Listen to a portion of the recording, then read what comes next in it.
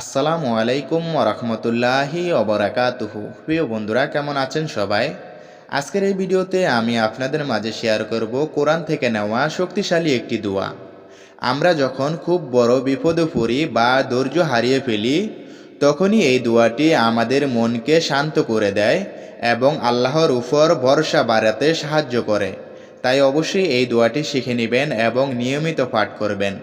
দোয়াটি হচ্ছে, ربنا أفرغ علينا صبرا وتوفنا মুসলিমিন। এই দোয়াটির বাংলায় অর্থ: হে আমাদের রব, আমাদের ধৈর্য দান করুন এবং মুসলিম হিসেবে আমাদের মৃত্যু দান করুন। আমিন। দোয়াটি ছোট, তাই অবশ্যই সবাই শিখে নেবেন আর অন্যকেও শেয়ার করে দিবেন, যাতে অন্য কেউ শিখতে পারে। ভিডিওটি ভালো লেগে থাকলে অবশ্যই একটি লাইক আর এমনই নতুন নতুন ইসলামিক ভিডিও পাওয়ার জন্য আমার এই চ্যানেলটিকে সাবস্ক্রাইব করে দিবেন। সবাই ভালো থাকবেন, সুস্থ থাকবেন। আল্লাহ হাফেজ।